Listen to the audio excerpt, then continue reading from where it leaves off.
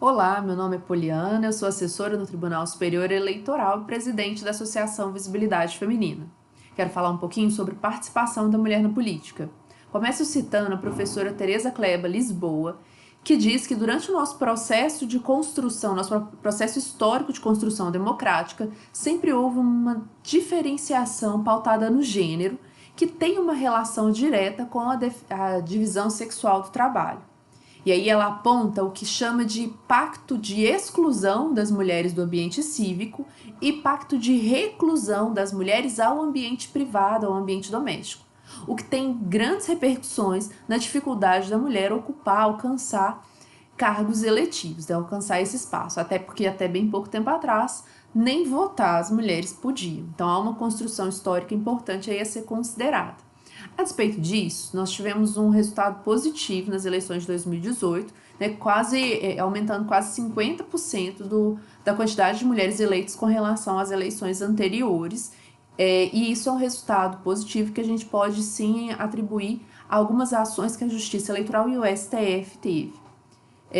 Começando pelo julgamento da DEI 5617, em que o STF analisou, né, a ADI que foi proposta com base no artigo 9º da Lei 13.165, que estabelecia inicialmente que do fundo partidário, todas as verbas que fossem destinadas à campanha, no mínimo 5% e no máximo 15%, deveria ser destinada às campanhas de mulheres. O STF disse que sim, de fato deveria ter um mínimo, e a lei já estabelecia aquilo, mas esse mínimo deveria estar relacionado à quantidade mínima de candidaturas que a lei previa lá no artigo 10, parágrafo 3º da Lei das Eleições.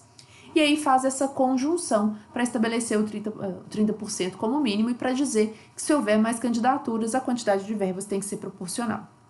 Quando vem a reforma logo depois e cria o Fundo Especial de Financiamento de Campanhas, o FEFEC, o TSE é chamado a responder via consulta se também no FEFEC deveria ser observado esse mínimo de 30% e o TSE diz que sim. Então a gente tem essa definição com relação ao FEFEC com impacto muito maior, já que todo o Fundo Especial de Financiamento de Campanha, como o nome diz, é destinado ao financiamento de campanhas. Muito bem. Além disso, a gente tem o julgamento da ação de valência do Piauí, o RESP 19392. No momento anterior, o TSE já tinha respondido sobre a possibilidade de caracterização de fraude à cota de gênero, aliás, da fraude à cota de gênero poder ser apurada em sede de AIME e de AIGE, conferindo uma nova interpretação ao artigo 14, parágrafo 10 da Constituição da República e estendendo essa interpretação também para a AIGE. Só que naquele momento, a ação, quando chega ao TSE, ela havia sido extinta na corte de origem e, desse modo, o TSE só diz sobre a possibilidade de analisar e devolve ao regional para que assim agisse. No entanto, a ação acaba perdendo objeto em virtude do decurso do mandato e agora, em 2019, é que o TSE é chamado a responder efetivamente sobre o caso. E no RESP 19392, ele reconhece na prática a fraude à cota, sobretudo por algumas características ali conjugadas. Eu chamaria atenção aos indícios de contabilidade fictícia, contabilidade fraudulenta, maquiada, já que tinha uma série de... todas as prestações de contas das mulheres apontadas como candidaturas fictícias tinham prestações de contas idênticas, consequência de recibos numeradas sequencialmente, enfim, toda a construção que demonstrava a existência de um conluio, de uma fraude, para poder apenas completar o mínimo legal, os 30% ali para compor a chapa. A conclusão que o Tribunal Superior Eleitoral deu ao caso, que vai dizer sobre os efeitos dessas ações para apurar a fraude à cota de gênero, é o impacto na chapa inteira.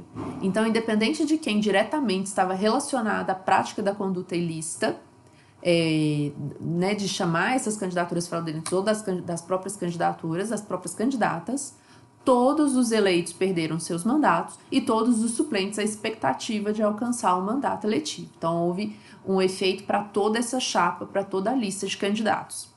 Bom, naquele primeiro momento, não houve discussão direta sobre a formação de litisconsórcio passivo necessário entre os candidatos eleitos e os suplentes, já que no caso concreto, todos foram chamados a compor a lide.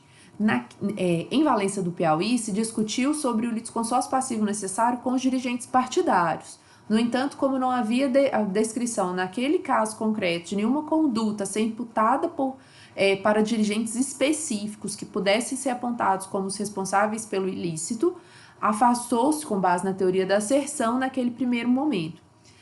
Recentemente, o TSE julgou, no agravo ao RESP 684/80, a questão do litisconsórcio entre os eleitos e os não eleitos, né? Os eleitos e os suplentes, não eleitos não, suplentes.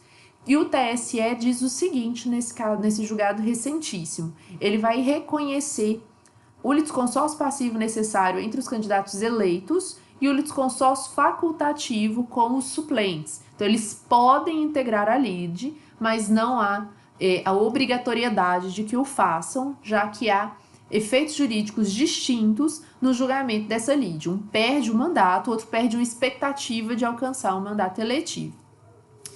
Nesse caso concreto, então, resolveu-se a questão do litisconsórcio lá no agravo ao RESP. Além disso, eu chamo atenção também ao RESP 339/86, que trata de representação com base no artigo 30A por captação ou gasto ilícito de recurso. Nesse caso específico, o que foi feito foi a destinação da verba que é destinada especificamente para as candidaturas mulheres, né, com base na DI 5617, a que fizemos referência logo no início, para candidaturas masculinas. Então, houve um desvio de finalidade aqui.